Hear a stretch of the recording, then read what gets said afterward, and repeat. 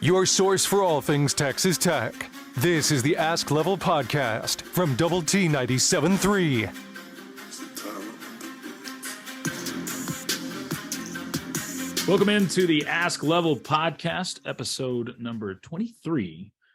Alongside Chris Level, I'm Chois Woodman. Glad to have you with us this week once again. And finally, feels like it's been a while. Glad to talk about winning in Texas Tech basketball. A 1-1 week, but coming off most recently a win in Baton Rouge, where Chris Level was recently. How you doing? Yeah, I'm doing good. Last week was a weird one, just because that was kind of a low moment. It felt like against West Virginia, where you have one of your key guys go down, and you kind of have the other. I don't know. At least according to the standings, now all of a sudden maybe they're about to catch fire because their net and some of the data would suggest to you that they are really good. At least according to what the net rankings are in Ken Palm and those kinds of things, talking about West Virginia. But you just didn't play well. It was a bit ugly. They kind of ran you off the floor, but then you turn right around in pretty short fashion and you play what will be your last game in the Big 12 SEC Challenge. And I don't mind saying it. I'll miss that. I think Tech basketball will miss it. You were 7-3 in your 10 games. And I think it provided you with along the way in the last decade with some nice resume wins, and nice to have Mississippi States and the Auburns and the LSUs kind of come into Lubbock, play some home games. And it was fun, personally. I mean, I got to go to Columbia, South Carolina. I got to go to Fayetteville, Arkansas, Tuscaloosa, Alabama, then Baton Rouge multiple times. So it's just fun to kind of get out of your and see something different, if you will. But yeah, I mean, it's kind of an up and down week for Texas Tech basketball for sure. But nice to win it's painful to say, but for the first time in 2023. Whew. I hadn't heard it put that way, but you're right. First time in 2023, at least you got it in January. At least you didn't go the entire month without it. So Red Raiders get that win against a team that was reeling just like Texas Tech.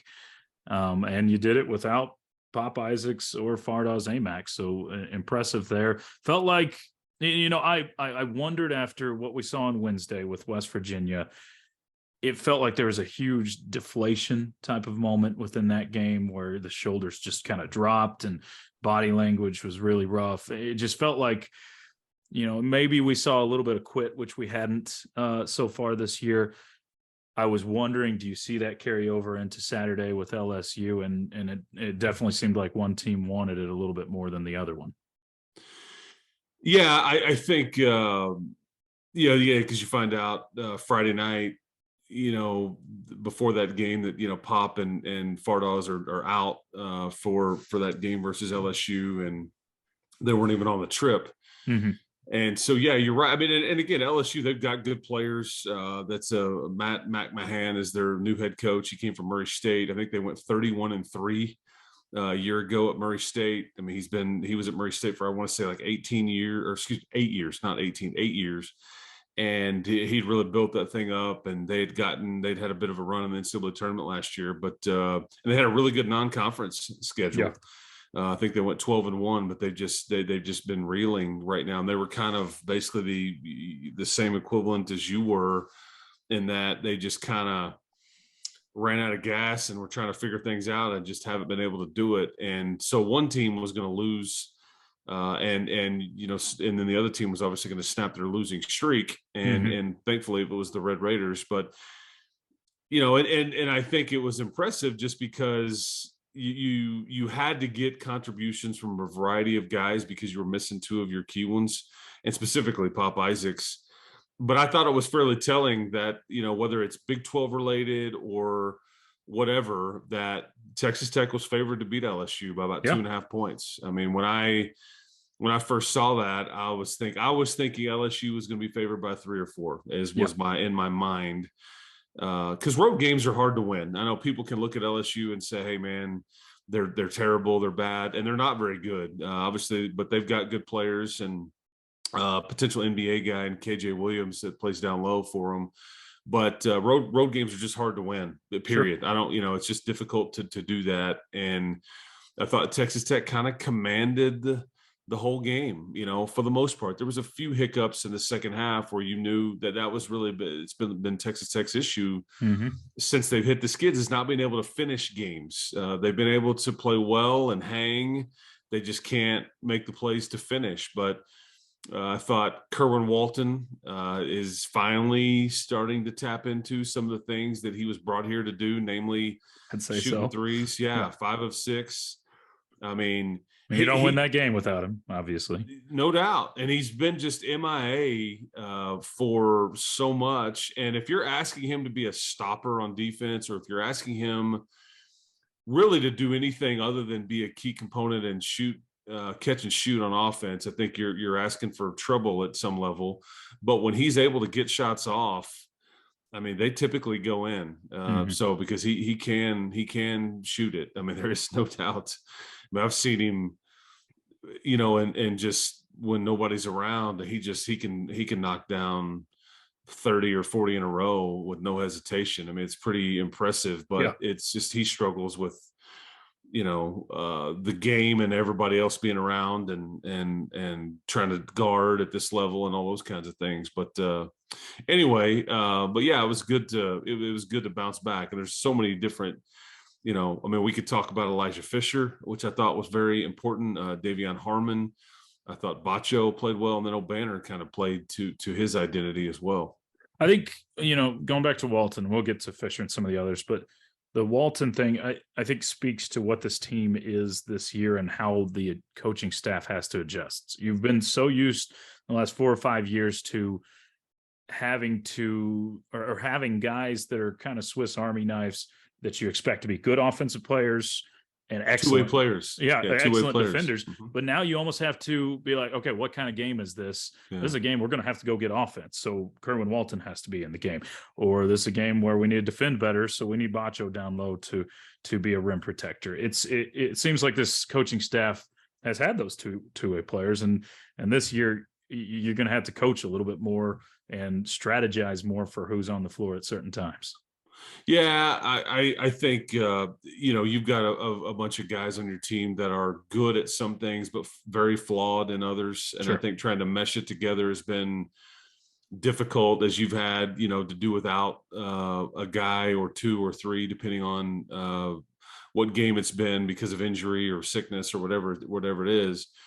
But I think a guy like Kerwin is, if he's in there and he can't score for you, then he's not serving a purpose. Right. I think, like we'll transition from there to like Elijah Fisher. The best game as a Red Raider was against LSU so far, but not even close. I thought, and I'll tell you why here in a second, but I mean, he rebounded it well. I think he shared the ball well. He played within himself. He was never trying to do too much, because I think he's always been a good defensive player. Where he struggles is when he tries to do too much on offense, or tries to score, or tries to, be a bigger part of that. And I think at times this team has needed some of that. But if you want to play him larger minutes and not, really say you have to score for us, I think you'll kind of like the results there the more and more he plays. And I wonder, it was fairly telling that you finished the game with Elijah Fisher against LSU, and Jalen Tyson just couldn't quite get it going. And those were the minutes that, because I mean, 9 rebounds, a couple of steals, 5 points, a block shot. And I think there was things that Elijah Fisher did that didn't show up in the stat sheet, that I thought he just kind of was majored in right place, right time. I thought he read a few plays and got a couple of steals as well. I mean, just so he helped his team win, period. And I think typically when you're looking at Jalen Tyson, you have him in there to try to help you score, but it was coming from a variety of other places against LSU. And so Elijah Fisher was able to find a role. So where do we go from here? Great question. I don't really know what that looks like going forward, but it was nice to see Elijah Fisher, because there's been times where he just seems overwhelmed. And again, I think part of it is he always seems overwhelmed on the offensive end. If he tries to, and he had a couple of putback opportunities against LSU that just hanging up on the rim and they don't go in. Yeah. Just like, That how is one, that yeah. not? Oh yeah, It just sat there on the front of the yes, rim, and yes. But these are like second chance opportunities. These are hustle type things, and if you're, if you can live with that, and I think you'll really like the results. But again, if you need him to score, that's where you're going to get into trouble with him if you're going to lean on him for heavy minutes. But I don't know how long Pop or Fardaws are going to be out. I mean, doesn't look good. Well, it could be a couple of more weeks, or they could one or both could play against Iowa State and Baylor this week. We'll just have to see. But it was just fun for them, those kids and those coaches to feel good about life again, because it had been a lot of fun for them. I mean, it's been tough to watch it, just because it's been hard, man. And like, nobody's signed up for this, and everybody's trying to figure out what buttons to push. And there's a lot of pressure. There's a lot of things that have been said and written about all kinds of things. Absolutely. And it all comes down to just losing versus winning. Going back to Elijah Fisher real quick, he's been in the rumor mill or the news or whatever because the Instagram, that was a big thing earlier this week. He removes all Texas Tech signage and the bio, all of that Texas Tech. What's the concern there? Because obviously he plays a decent amount, actually played a decent amount against West Virginia, I believe 15 minutes there. He plays a lot more against LSU. Is there concern there, or what do you make of that? I would say this to anybody that is looking at those kinds of things. At this point, there's no doubt this roster is going to change in the offseason. That's probably going to be the norm, unfortunately. And I don't know what else will change because you're still 0-8 in the Big 12. Yep. And reality is going to set in when you have to play Iowa State and Baylor again. And you've got to figure out ways to beat some really good basketball teams, and it doesn't obviously stop there because you got to go to Lawrence and play Texas again, and on it goes. Host Kansas State, host TCU. There's just so much still left on your schedule, but you can't get caught up in that, I guess, if you're wanting to worry about stuff. Otherwise, you shouldn't drive yourself crazy, because I could see the bulk of this roster coming back, and I could see the bulk of this roster leaving. I mean, and something in between is probably more close to what will actually happen. But they're, when you lose like they have to this point, if it continues, something will change. I just don't know if that is minor, major, somewhere in between that. I mean, you just don't know. But yeah, typically, there's going to be some of these guys that want to either go play more or don't like this style, or who knows, and it's twofold. There may be guys on this team that the coaches don't feel like this doesn't work, this doesn't fit. We would encourage you to seek more playing time elsewhere. So yeah, I saw that. He was obviously on the trip to Baton Rouge, played a lot, played well. He seemed the same as he always does. And so, I don't know what else to say there, but yeah, it's we live in a new time, Choice, with the the scrubbing of social media, Twitter and TikTok and Instagram and all that stuff. It makes it difficult to try to follow what's real and what's not, for sure. And it's like prime example. A couple weeks ago, after that game versus Kansas, Pop Isaacs gets on his Instagram and he's got sunglasses on, and it's like it says, "I really do have a concussion." And you're like, is he being for real? Right. Is he joking? Is he? There's so much you have to decipher. Well, and that's if you want to. And that's what's tricky. You got to be careful about taking it at face value, because there's a lot of kids out there that joke and all that. And there's a lot of kids that'll just tell you straight up, this is what's going on with me, or whatever. So who the heck knows, man? I really don't know what the future has in store for Elijah Fisher or anybody else on this team for that matter. So the question now for Texas Tech basketball. And depending when you listen to this, there may be already another game played against Iowa State. But the question is what next? I mean, well, okay, you won a game against a non-conference opponent, and it was a non-conference opponent that's lost 7 in a row. But you and I talked a week ago or 2 weeks ago or 3 weeks ago, just find that first win. Now, can this team stack any sort of success, or are you what you are in Big 12 play?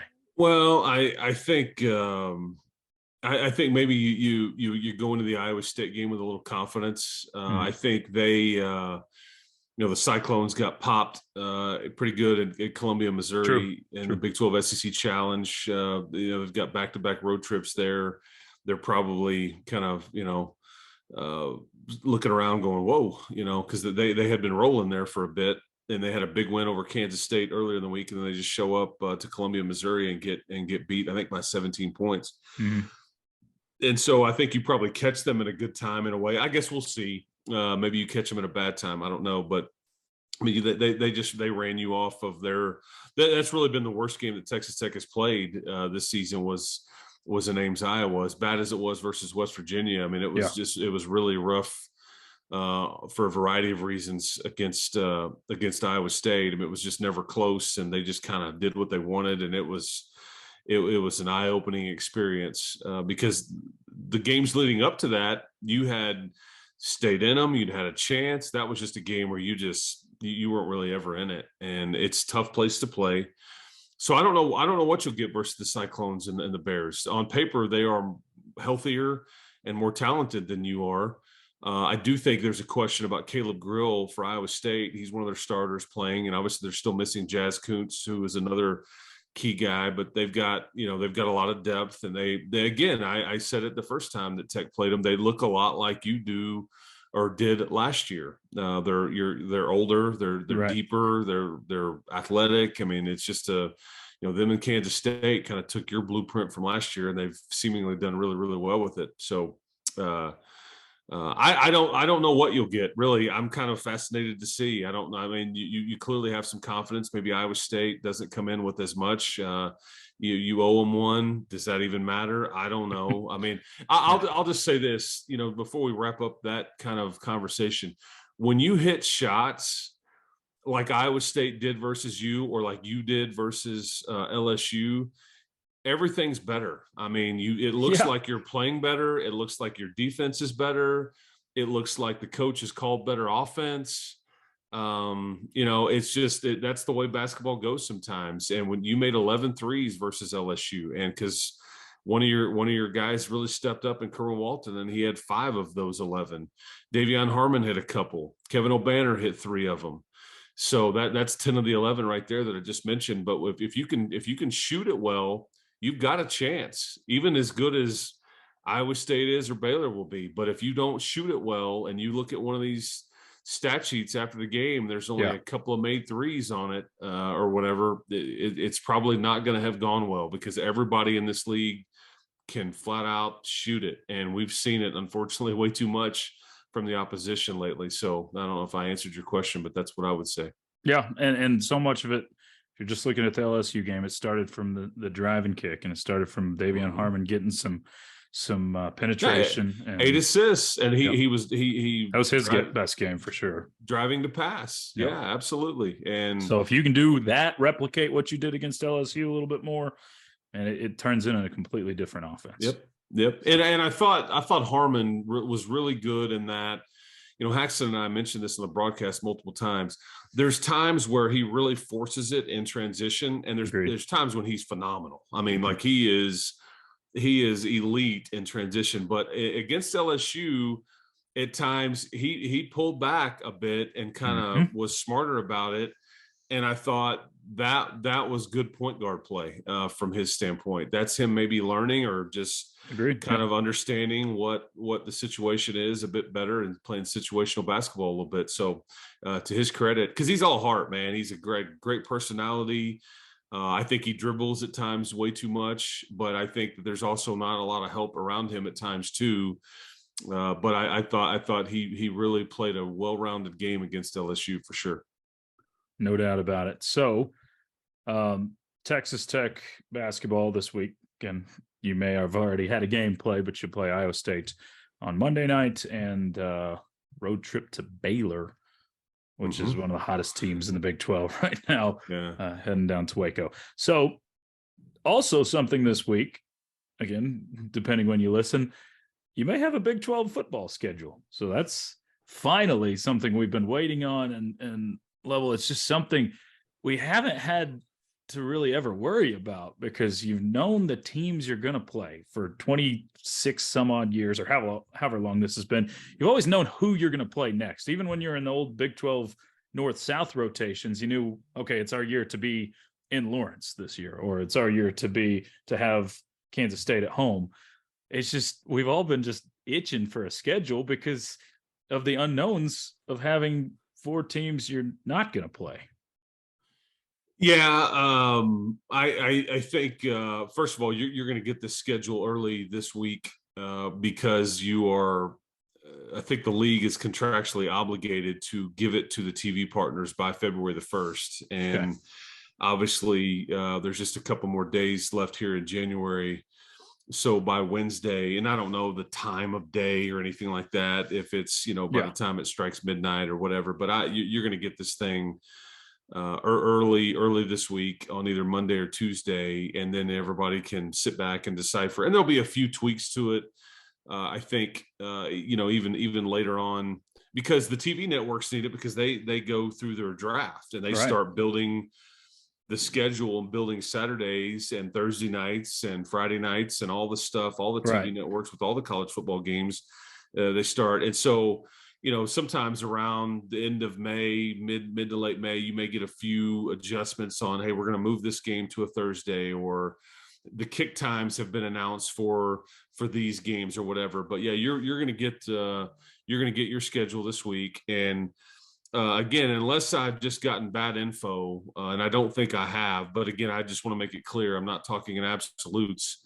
I think, and I've kind of maintained this stance, but I don't think you're going to play either school from Oklahoma. Last I hear, I don't think you're playing Cincinnati, and I don't think you're playing Iowa State. I think those are the 4 teams you will not play, unless it's in some sort of Big 12 championship game, in Arlington.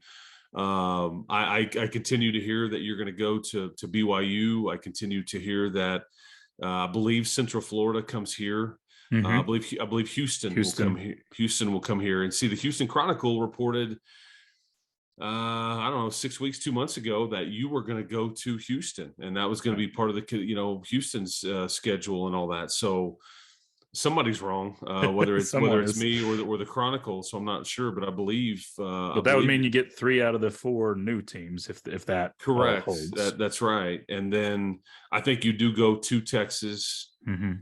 So we'll kind of see what we get, because the first thing I'm looking at is, hey, when's your bye week? Is there anything weird about the schedule? Are you playing on a Thursday night? Are you playing? What's it look like on Thanksgiving weekend? Do you open up with 2 or 3 in a row at home to start it, or on the road to start it, or to finish it? I mean, there's all kinds of ways to look at the schedule. And again, everybody will be looking at everybody's to see, okay, who got screwed, who got slighted, where did Texas and Oklahoma, what do their road trips look like? Do they have to go to any of the new places and all that stuff? And so, I'm curious to see kind of what it looks like, and we can start digesting it and making plans for the fall. And with this larger Big 12, any chance, I guess everything's on the table, but any chance that you see a Texas Tech Thursday night game, or maybe even a Friday night game this year? Well, it won't be a Friday night, I don't believe. Okay. I do think that they can sprinkle in. I think that part of the Big 12 contracts, because you're still under your old contract right now, Correct. That's not, your new one hasn't taken place yet, and that's still a year or 2 away. But I do think there's a few Thursday night slots, maybe 3 or 4 of them. I do think there's a few slots for early conference games, like to where they switch the conference schedule up and they'll shove. I think Kansas and West Virginia did this like the second week in January this past season.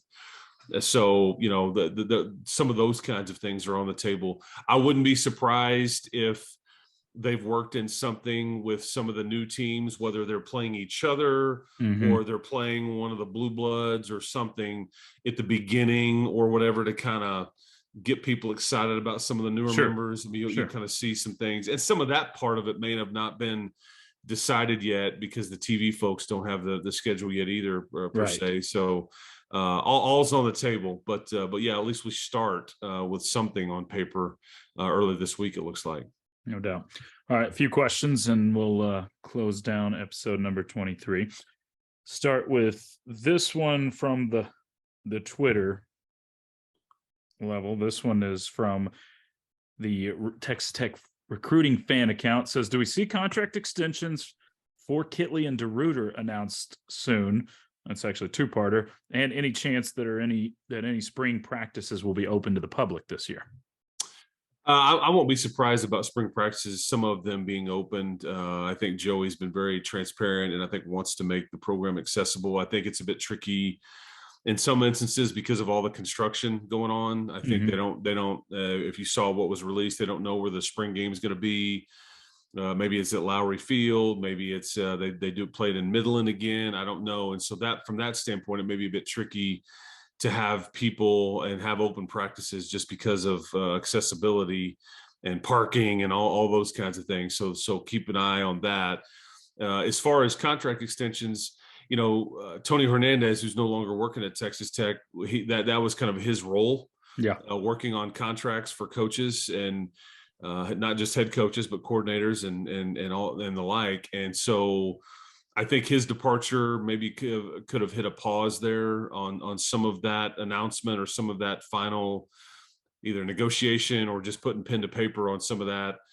I had originally heard that I think both coordinators were going to get new contracts or a raise, but I think I know it appears that Coach Kitley is. I've kind of heard now that maybe Coach DeRuyter maybe just got an extension and there's not. So I really don't know there. That's kind of gray area right now. It's changed because I think of the departure of Tony Hernandez, who I know we all thought a lot of and great to work with and all that. So wish him well. Yeah. And correct me if I'm wrong here on Kitley. He's pretty sought after out there by other programs. Very much so. Yeah, very much so. He's a guy you want to lock up. Yeah, he's had 7-figure offers before he got to Tech. He was, looking at those, and he had somebody from the SEC and multiple others reach out to his agents and all those kinds of things. And this is all, you can go Google this. This is all out there, and the football scoops of the world. They kind of had all this, but yeah, I think Texas Tech trying to keep him happy and keep him here, certainly. And this is where he wants to be, obviously. Yeah. I mean, this is his alma mater. So home, around family, obviously. Drunk Tortilla asks, is there any truth to Adams missing a bunch of practices or other important events this past year, or are those just rumors? I can't really. I think somebody would have to be a lot more specific on that. I think, but when you lose, there's just a lot of things said and written. I've seen a lot of this out there, and people can kind of do what they want to with all that's been said and written. I just know that kind of comes with it whenever you start losing, and it's just yeah. But do I know that he's missed a bunch of practices or events? I really couldn't speak to that. I don't know what his schedule is. I don't know of any practices that he's missed since the season started, but I can't say for sure.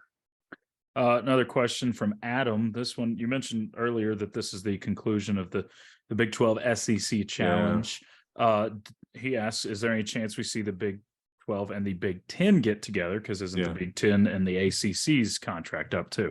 Yeah, the SEC and the ACC are going to start their new challenge beginning next year. I believe it's going to take place in early December.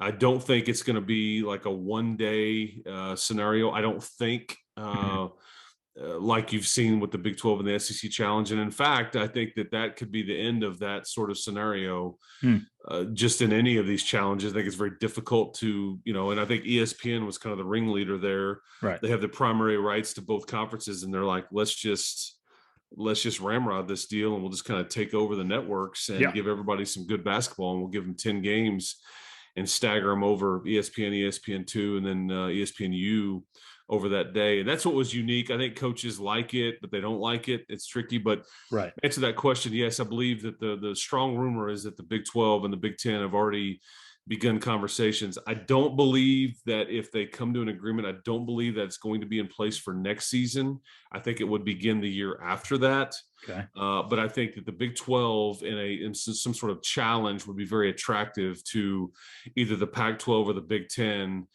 from a basketball standpoint, because you're not getting any worse by adding the Houstons of the world to your basketball league. You're adding one of the best programs in the country.